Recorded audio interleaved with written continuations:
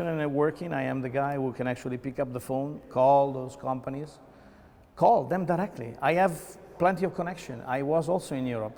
I can call company in Italy, in Spain, in France, everywhere in the eastern bloc of Europe, now part of the European community. I can call this company and they will come here tomorrow.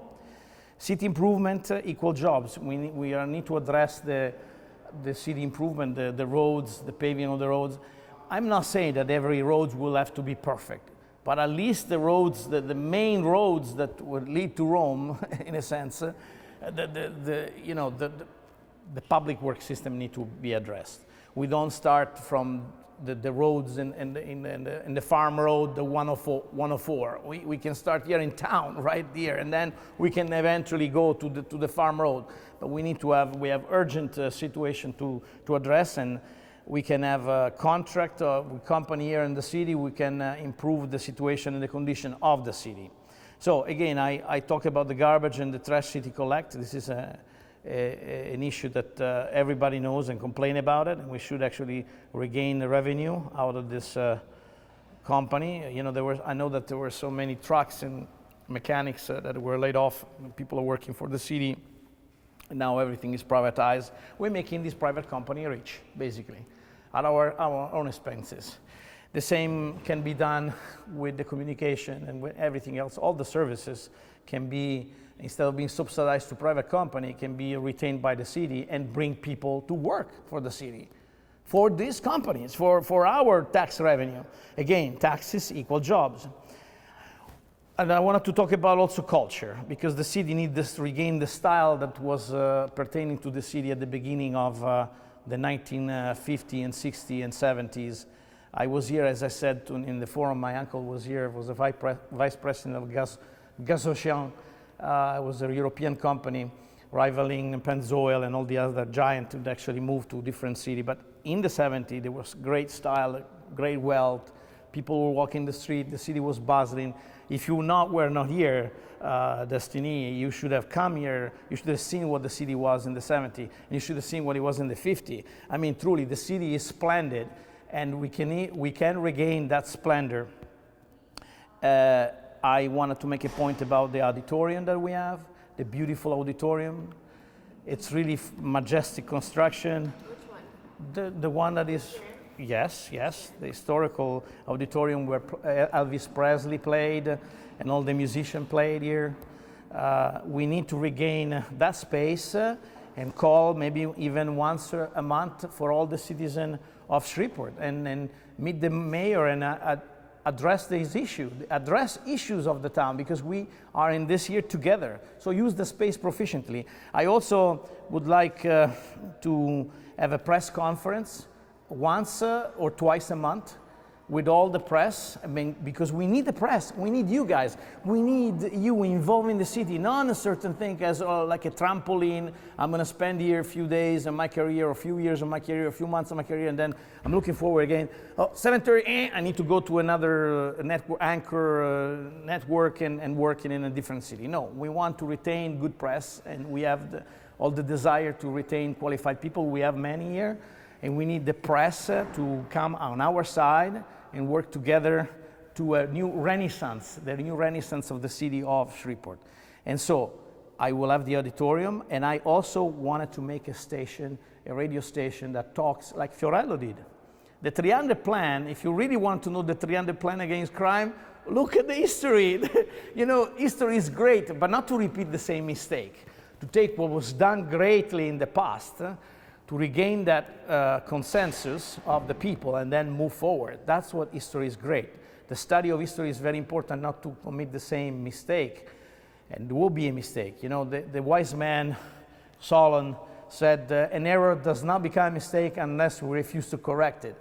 We need to correct this error that we have been perpetrating for 50 years before it becomes a permanent mistake. So we will not have another chance, because the world is falling apart. The word that we knew only 20, 30 years ago is folding. In another figure of speech, the entire ocean is folding on this latest, on the previous knowledge. Everything is being revolutionized. Everything is changing so quickly. So the old ways will not do. We cannot vote for the same people that were 10 years in power, 15 years in power, 20 years in power, 50, like in the case of what is Senator Tarver, that has been there for I don't know, since the beginning of time. We cannot have people, we cannot give our consensus to the same old status quo. We need to have the courage. We cannot fall back on complacency. It's time for courage, not complacency. We need to substitute complacency and apathy with courage and innovation and imagination. So the culture is dear to me, and I am making sure that the city will regain the style that it's within the city, kind of breakfast at Tiffany style, where, you know, people, you know, they really are, they take pride in what they do. They take pride for the city of Shreveport, and that's what we need to regain. We need to regain pride in what we're doing, and that's my call. My call is not. It seems like, not to cut you off, but yeah. It seems like a lot of these things are kind of all-encompassing, right? They aren't just targeted towards crime. Am I right? Yes, yes, they are. But the crime plan it's more like a legal document. And I don't want to bore anybody with the legal document, but you see, I studied this, so in 300 days, I will have a result. You see, I'm not the kind of person that starts something if you cannot resolve the problem. I come here with solution. I have the solutions.